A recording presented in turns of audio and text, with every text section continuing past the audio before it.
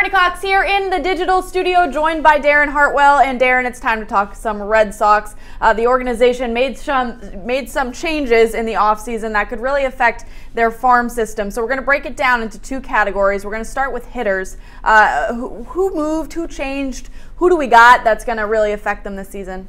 Yeah, well, the big news this offseason was losing Yohan Moncada in the Chris Sale trade, and then you have Andrew Benintendi, who was their top prospect. He's now in the big leagues.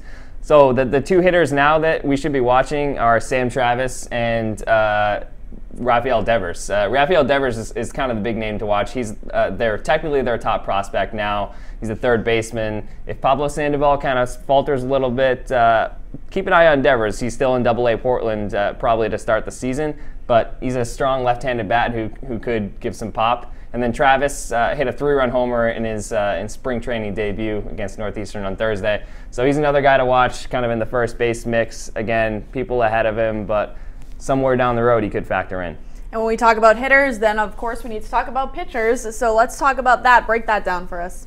Yeah, Red Sox pitching depth in the farm system, not really too great, but they do get a boost in Brian Johnson. Brian Johnson kind of had a long year last year. He got treatment for anxiety, took a leave of absence.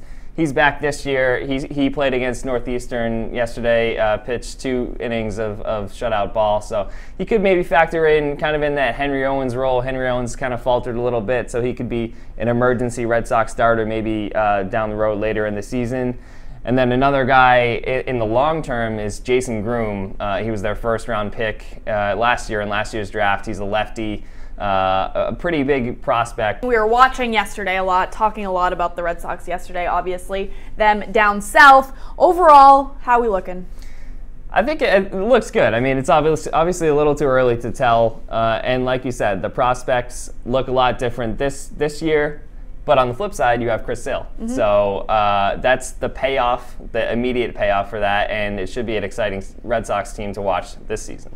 All right, well, great stuff from Darren. As always, you can follow along with him at Darren_Hartwell. Make sure to keep it locked in right here at NESN.com for all your Red Sox needs.